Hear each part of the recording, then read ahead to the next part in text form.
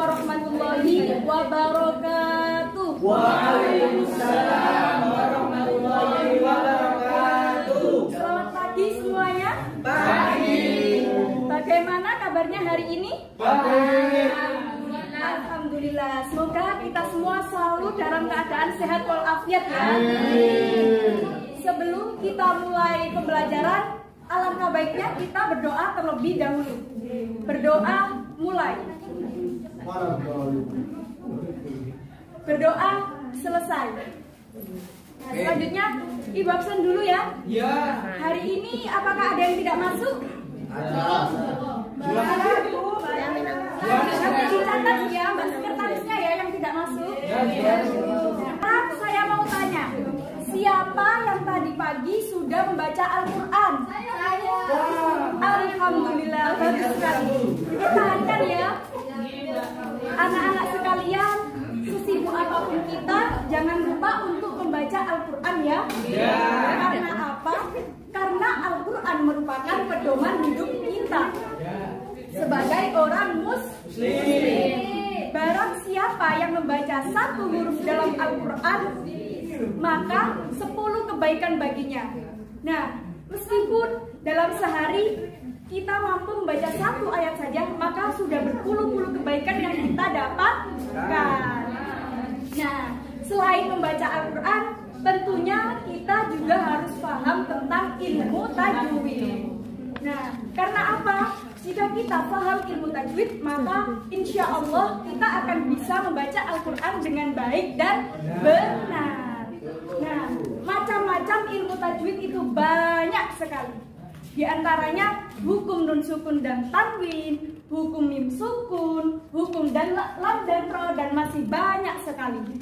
Namun pada kesempatan kali ini kita hanya akan membahas tentang hukum lam dan ro. Coba dibuka bukunya halaman 20 ya. Saja pertama kita akan membahas tentang hukum lam. Nah, di sini ada yang tahu ada berapa hukum lam?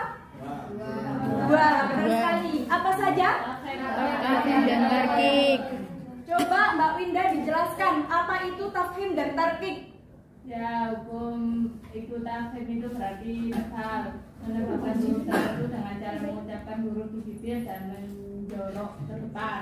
Kemudian tarkik berarti tipis yang mengucapkan huruf di bibir agak mundur sedikit meringis. Ya, mundur sedikit atau dalam bahasa Jawa biasa disebut meringis. Nah, lanjut. Nah, hukum lam jalalah. Lam jalalah adalah lam yang terdapat pada lafaz Allah. Kapan lam jalalah dibaca tafhim? Coba Mbak Rois, kapan lam jalalah dibaca tafhim? Apabila ada lafaz didahului harokat fathah atau dhamma. Nah, contoh yang pertama yaitu lafaz Allah yang didahului oleh harokat fathah. Coba dibaca bersama-sama. Syahidallah. Dan contoh yang kedua yaitu lafaz Allah yang didahului oleh harokat dhammah. Contohnya Abdullah. Nah, dari kedua contoh ini sama-sama terdengar bunyi O ya. Bukan syahidallah atau Abdullah, tapi syahidallah atau Abdullah. Selanjutnya, Insya Allah. kapan lam jalalah dibaca tartib? Coba Mbak Devi dijelaskan. Apabila ada lafaz Allah didahului harokat Benar sekali. Contohnya Bismillahi dan fi Rasulillahi. Di sini terdengar bunyi A ya, bukan Bismillahi atau fi Rasulillahi, tapi Bismillahi dan fi Rasulillahi. Bagaimana, sudah paham? Sudah. Alhamdulillah. Kalau sudah paham, kita akan lanjut ke materi berikutnya. Selanjutnya yaitu hukum ro. Nah, di sini hukum ro itu dibagi menjadi 3. Yang pertama ada ro yang bisa dibaca tafhim, ro yang bisa dibaca tartib, dan ro yang bisa dibaca tafhim atau tartib. Nah, kapan ro bisa dibaca secara tafhim? ro bisa dibaca secara tafkhim ketika satu, ro berharokat fathah atau fathaten. Contohnya alam taro dan khairon. Yang kedua yaitu ro berharokat doma atau domaten. Contohnya akbaru dan mabrurun. Dan yang ketiga yaitu ro sukun yang didahului oleh huruf yang berharokat fathah. Contohnya tamim. Yang keempat yaitu ro sukun yang didahului oleh harokat doma. Contohnya mursalina. Dan ciri yang kelima yaitu ro sukun yang didahului oleh hamzah wasol. Contohnya irji'i. Dan yang terakhir yaitu ro sukun yang didahului kasroh dan setelah ro ada huruf isti'la yang berharokat fathah atau dhammah. Contohnya tirtosun. Nah, di sini kan terdapat huruf isti'la. Nah, coba huruf isti'la itu ada berapa? 7. Coba Mbak Aziza disebutkan huruf isti'la.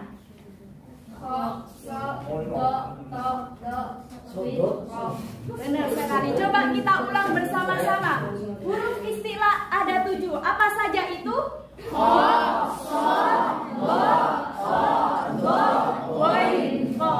Ingat-ingat ya. Oke, lanjut. Nah, selanjutnya yaitu kapan ro bisa dibaca tasbih? Ro bisa dibaca tasbih ketika ada huruf ro yang berharokat kasro atau kasroten.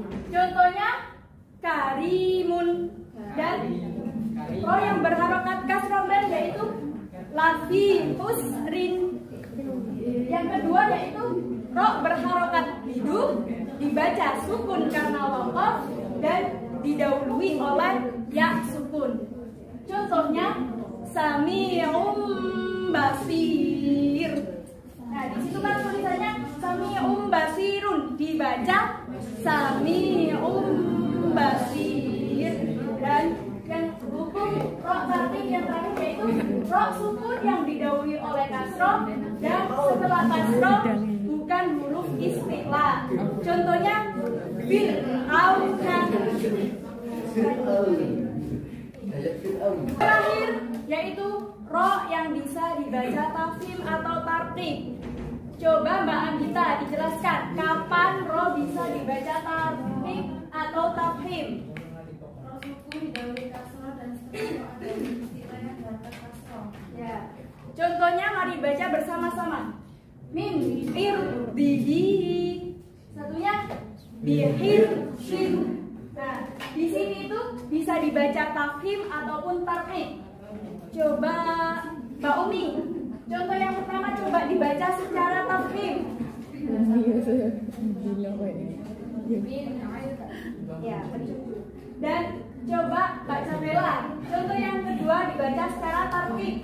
Ya, benar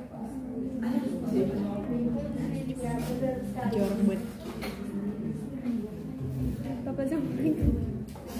Nah, coba dilihat di buku paketnya halaman 23. Di situ terdapat surat An-Nasr. Mari dibaca bersama-sama ya. Dalam hitungan ketiga dibaca bersama dan dimulai dengan ta'awudz. 1, 2, 3. A'udzu billahi minasy syaithanir rajim. Bismillahirrahmanirrahim. Idza jaa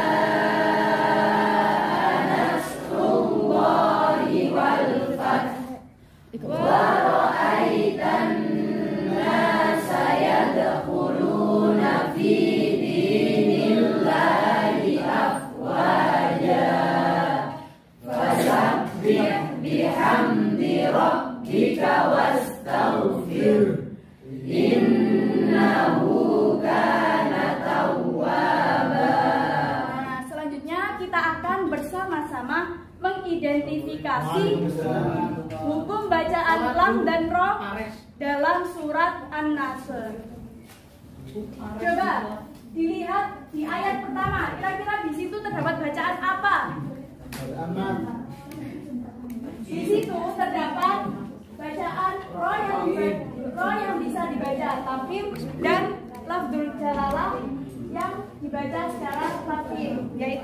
terdapat pada kata nasrullahi. Coba, Mbak Umi, ru itu termasuk hukum bacaan apa? Karena apa? Soalnya berharokat dum. Coba, nasrullahi, Mas Husen. Rullahi itu termasuk lafaz Allah yang dibaca karena nah, selanjutnya yaitu pada ayat yang kedua di sini terdapat fidinillahi. Coba Mbak Rois, di fidinillahi itu lafaz Allahnya termasuk tafsir atau tarkik? Karena apa?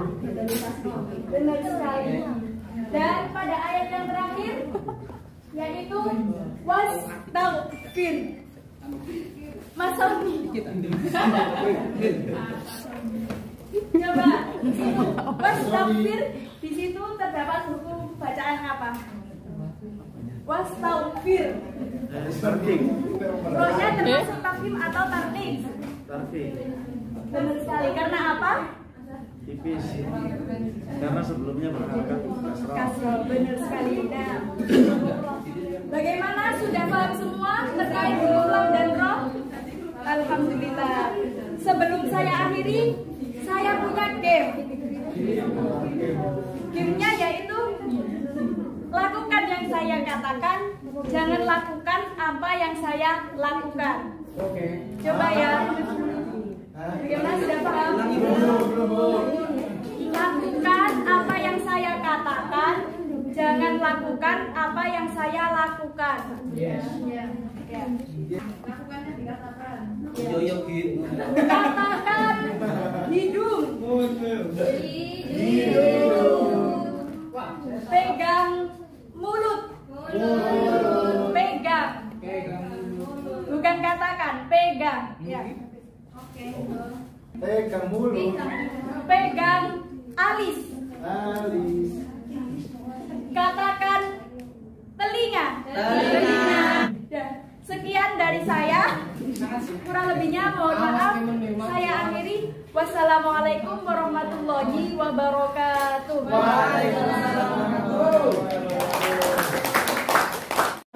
Hari ini mari kita membaca Al-Fatihah ini.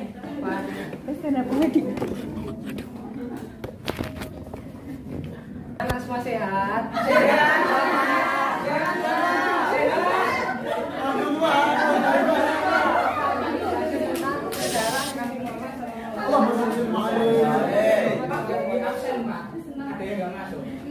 Enggak apa-apa, nanti aja di absen. Oke. Sangat friendly. Next. Nabi Muhammad SAW lahir di Mekah pada tanggal 12 Rabiul Awal tahun 571. Dan tahun ini disebut tahun gajah. Ada yang tahu kenapa? Tahu Pak.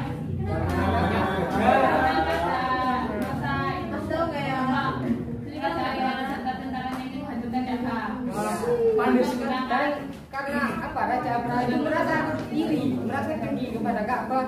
Karena apa? Karena Ka'bah itu selalu dikunjungi oleh banyak orang. Dan sedangkan apa? Istananya Raja Abraham ini sangat sepi dikunjungi orang, sehingga pada saat itu Raja Abraham ini menghancurkan Ka'bah. Dan dikisahkan sesampainya di kaum Quraisy, sesampainya di Mekah, beliau apa? Raja Abraham ini merampas 100 unta, dan 100 unta tersebut termasuk pemilik dari unta itu adalah Abu Muthalib, yaitu kakek Nabi SAW. Dan pada saat itu Abdul Muthalib pun menemui dari Raja Abraham ini. Kenapa? Kemana semua unta-unta ini? Kata Abdul Muthalib tadi. Lalu Raja Abraham ini merasa heran. Kenapa kamu kok tidak menghalangi saya? Padahal saya ini akan menghancurkan Ka'bah. Pada saat itu Abdul Muthalib ini pun berkata, kenapa? Saya ini hanya pemilik unta, dan Ka'bah itu hanya ada pemiliknya tersendiri. Allah lah yang akan melindunginya. Dan pada saat itu turunlah burung ababil beserta membawa batu dari neraka ya. Dari neraka itu pun dilemparkannya ke pasukan Raja Abraha dan kemudian pasukannya itu pun mati. Seperti itu. Pada saat lahir Nabi Muhammad SAW lahir di rahim seorang ibu bernama Aminah dan seorang ayah yang bernama Abdullah. Aminah. Iya. Ketika beliau lahir itu Nabi Muhammad dalam golongan orang kaum miskin. Pada saat itu tidak ada yang mau menyusui beliau, dan karena beliau itu sangat miskin ya kan. Terus ada ibu yang bernama Halimah As-Sa'diyah ikhlas menyusui Nabi Muhammad SAW. Awalnya pertama air susu ini nggak bisa mengalir ya, sulit untuk mengalir. Dan kemudian ASI ini bisa mengalir dengan sebenarnya karena keikhlasan. Keikhlasan. Halimah As-Sa'diyah. Nabi Muhammad SAW sebagai rahmat bagi alam semesta tidak dipungkiri lagi ya. Nabi Muhammad SAW ini diutus ke bumi, terus ke alam semesta ini adalah untuk menjadi rahmat bagi seluruh alam semesta. Muhammad.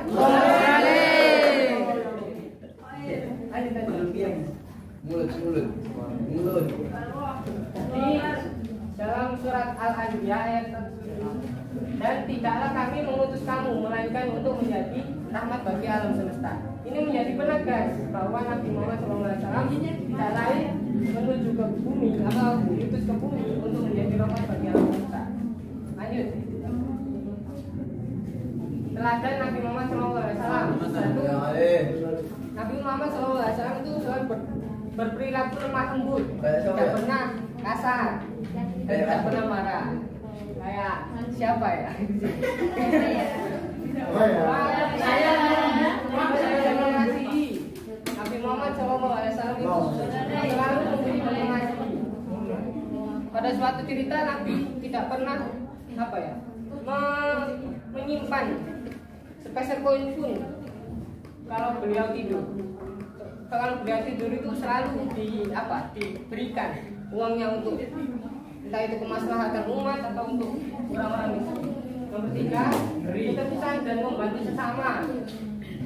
Ini ada suatu kisah di mana ada suatu nenek yang di padang pasir sedang membawa suatu barang dan anak nenek itu kepayahan, sehingga ada seorang laki-laki yang menemui beliau. Lalu seorang nenek itu dan seorang laki-laki itu pun membantu membawa barang tersebut. Dan pada saat itu nenek itu di perjalanan itu selalu curhat, selalu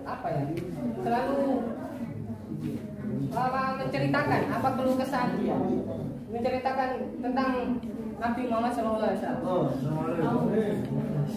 Janganlah kamu itu, kata nenek itu, janganlah kamu mendekati Nabi Muhammad SAW. Nabi itu katanya pendusta, Nabi itu katanya pembohong, Nabi itu katanya pecah belah kaum kafir, kaum Quraisy. Dan pada saat itu Nabi pun laki-laki itu pun dengan ikhlas membantu nenek itu sampai ke tujuan. Dan sampai ke tujuan itu nenek itu pun bertanya, "Nah, siapa kamu?"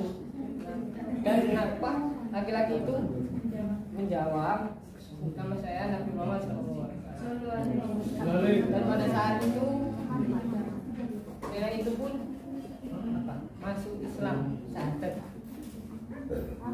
Dan nomor 4, iya, karena keistimewaannya Nabi Muhammad SAW itu tidak marah. Nomor 4, tidak pernah berbohong. Selanjutnya kita ice breaking ya.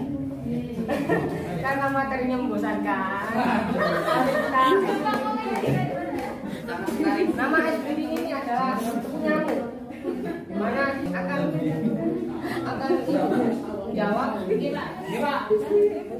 tepukan saya. Berapa tepukan saya? Tepukan. Jadi saya akan bertepuk tangan, apa bertepuk, sama itu akan menjawab berapa tepukan dari saya. Oh, gitu Pak. Mana ngerti tak? Pak, perhatikan dari awal sampai akhir. Ya perhatikan ya.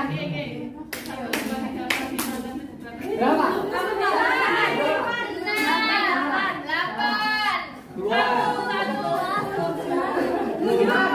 2 Bapak.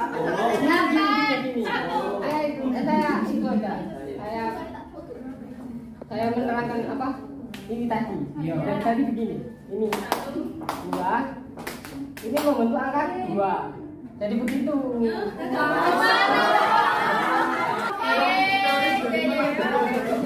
Apa ini tensi?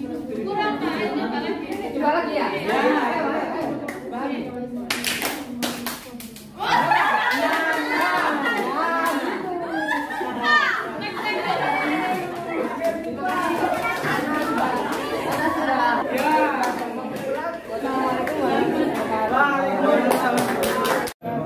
Bagaimana kabarnya semuanya anak-anak? Alhamdulillah. Oke, kemarin kita kan sudah UTS ya. Sekarang kita mulai lagi pembelajaran pada pagi hari ini. Sekarang kita belajar akidah akhlak, yakni judulnya adalah akhlak pergaulan remaja. Mas Nizar. Ya, coba dibaca ya, Mbak Aziza. Akhlak menurut bahasa Arab itu apa? Akhlak menurut bahasa Arab yaitu akhlakal, yuhliku ikhlakan. Sedangnya akhlakal yang berarti al-sajiyah.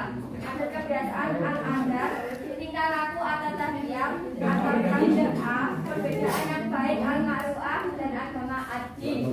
Oke. Selanjutnya, next Mas. Akhlak. Apa sih akhlak itu rek? Apa sih? Coba ya. Mbak Wafi dibaca.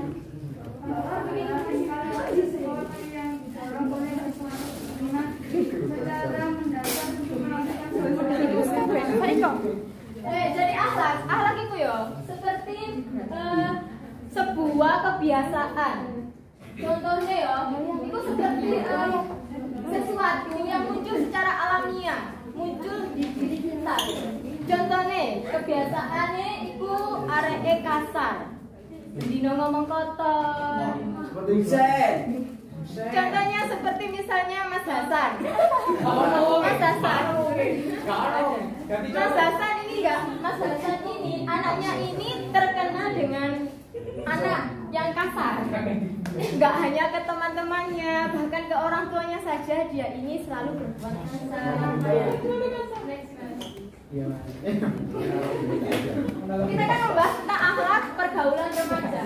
Apa sih yang dimaksud dengan remaja itu? Coba dibaca Mbak Umi. Remaja adalah kelompok manusia yang baru tumbuh dari masa kanak-kanak ke masa dewasa, yaitu antara 13 sampai 19 tahun. Remaja ialah antara usia anak-anak dan usia dewasa. Masa remaja juga biasanya disebut masa balik atau pubertas. Jadi remaja itu bisa dikatakan sudah tidak anak-anak, tetapi juga belum bisa dikatakan sudah dewasa. Ya. Usianya itu biasanya itu 13 sampai 19 tahun. Next Mas. Ke pergaulan remaja. Gimana sih Bu caranya kita menjadi remaja yang baik? Adabnya itu yang harus bagaimana ya? Ada nomor 1 itu ada saling mengerti dan memahami. Yang kedua, yang ketiga,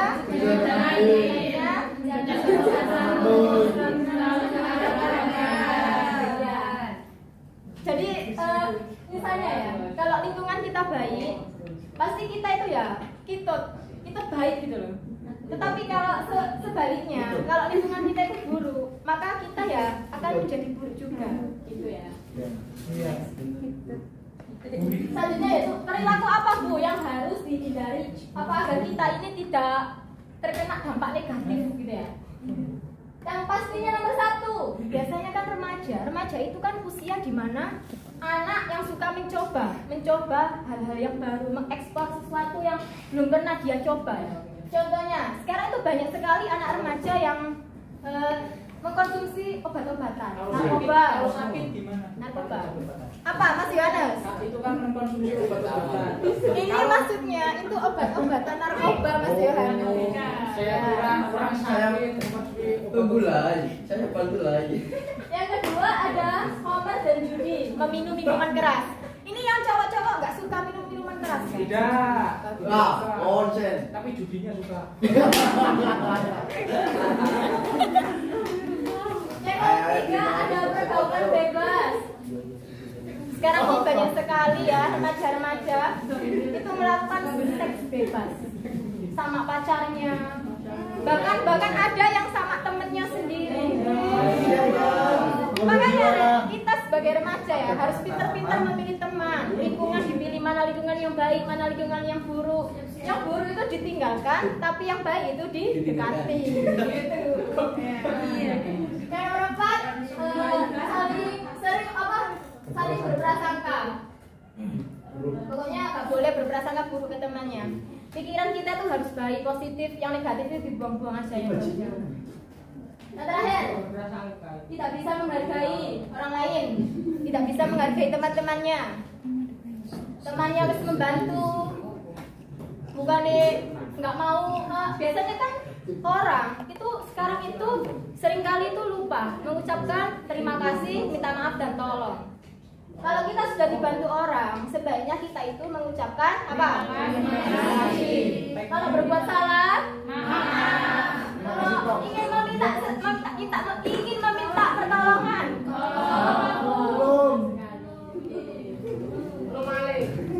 ya. Ibu rasa kalian ini kan sudah memasuki usia remaja ya semua ya. Pastinya semuanya ini sudah tahu lah mana yang baik, mana yang buruk ya. Ya wajar sih anak remaja itu suka mencoba hal-hal yang baru, ingin mengeksplor sesuatu yang baru.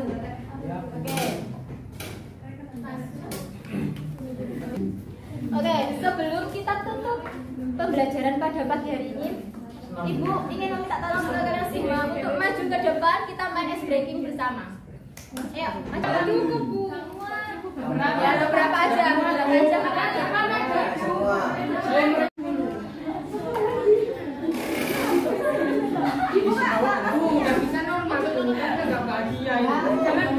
Bahagia. Bahagia.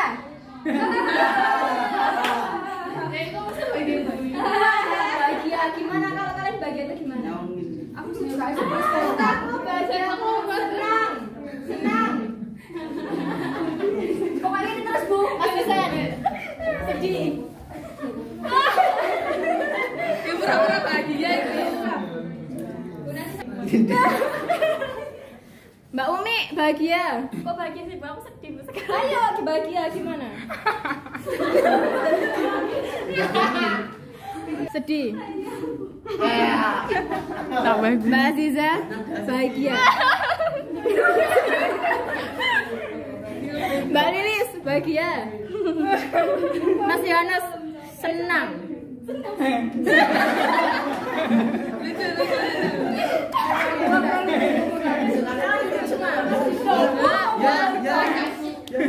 Ya, pagi hari ini ya, Ibu tutup. Semoga ilmunya bermanfaat buat kalian semua dan diterapkan ke dalam kehidupan sehari-hari. Oke, cukup. Wassalamualaikum warahmatullahi wabarakatuh.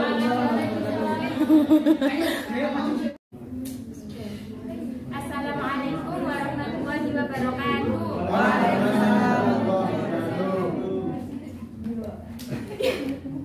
Gimana kabarnya hari ini anak-anak? Sebelum kita mulai pelajaran hari ini, apakah ada yang tidak masuk? Masuk semua ya. Hari ini kita akan belajar tentang tata cara sholat Jumat. Nah, kita mulai dari pengertian sholat Jumat dahulu. Bisa dibacakan Mas Hussein? Sholat Jumat adalah sholat 2 rakaat yang dilakukan setelah khutbah Jumat dan dilaksanakan pada waktu zuhur di hari Jumat.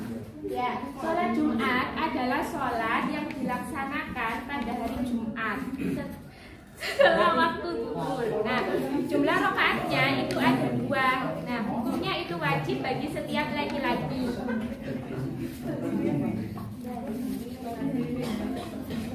Dalil wajib yang menerangkan tentang sholat Jumat yaitu dijelaskan di dalam Al-Quran surah Al-Jum'ah ayat 9 yang artinya, bisa dibacakan Mbak Jamila? Kok emosi? Wow. Mbak Jamila. Dalil-dalil sholat Disebutkan dalam Al-Quran surat Al-Jum'ah ayat 9 yang artinya hai orang-orang hormat, apabila disuruh untuk menunaikan sholat Jumat maka berjalanlah kamu kepada mengingat Allah dan tinggalkanlah jual beli. Jadi sholat Jumat itu hukumnya wajib dilaksanakan untuk laki-laki. Apabila kita dalam itu ada keperluan atau apa, kita itu harus meninggalkan keperluan itu. Nah, ini sudah dijelaskan. Walaupun kita sedang melaksanakan jual beli, itu hukumnya haram jika kita tidak melaksanakan sholat Jumat. Nah, rukun sholat Jumat itu ada 4. Yang pertama yaitu khutbah Jumat. Yang kedua berjamaah. Yang ketiga tidak ada jamaah ganda. Maksud tidak ada jamaah ganda itu di dalam satu desa itu tidak melaksanakan sholat Jumat di 2 tempat. Yang keempat yaitu masuk waktu. Kita tidak boleh melaksanakan sholat Jumat di luar ketentuan waktu yang telah ditentukan. Selanjutnya yaitu syarat sah sholat Jumat. Yang pertama itu mandi. Yang kedua yaitu memakai wangi-wangian. Yang ketiga memotong kuku, kumis. Yang keempat memakai pakaian yang bersih dan bagus. Nah, pakaiannya itu disunahkan warna putih, tapi tidak putih juga tidak apa-apa. Kalau mandi Apa? Selanjutnya yaitu rukun khutbah Jumat. Rukun khutbah Jumat itu ada 4, yaitu membaca pujian kepada Allah Subhanahu wa Ta'ala. Yang kedua, membaca sholawat atas Nabi. Yang ketiga, wasiat takwa. Yang keempat yaitu membaca ayat Al-Quran.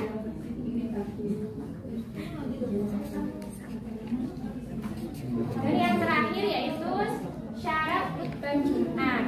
Bisa dibacakan Mbak Dina? Syarat khutbah Jumat: 1. Wajib bagi laki-laki. 2. Khutbah harus didengarkan. 3. Khutbah harus dilaksanakan di tempat pelaksanaan sholat Jumat. Khotib harus suci dari hadis najis dan khotib harus menutup aurat. Ya. Dari penjelasan ini mungkin dari anak-anak ada yang ditanyakan mengenai tentang tata cara sholat Jumat beserta syarat dan rukunnya. Ya mungkin. Ya udah. Setelah kali ini kita akan speaking.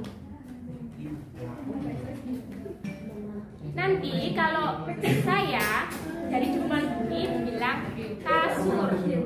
Kalau dari telunjuk itu kapu. Nah, ya kapu. Kalau dari telunjuk itu kapu. Kapu. Kalau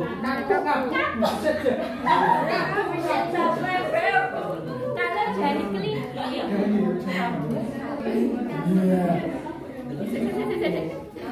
Kalau jari jempol itu kasur. Kalau jari telunjuk kapu. Kalau jari kelingking itu kapas. Oh. Ini kapas. Oke, sekarang kita mulai. Ini kasur. Ini kasur. Ini kapas. Terima kasih. Sekian pembelajaran hari ini kita akhiri ya. Semoga bermanfaat untuk kalian semua.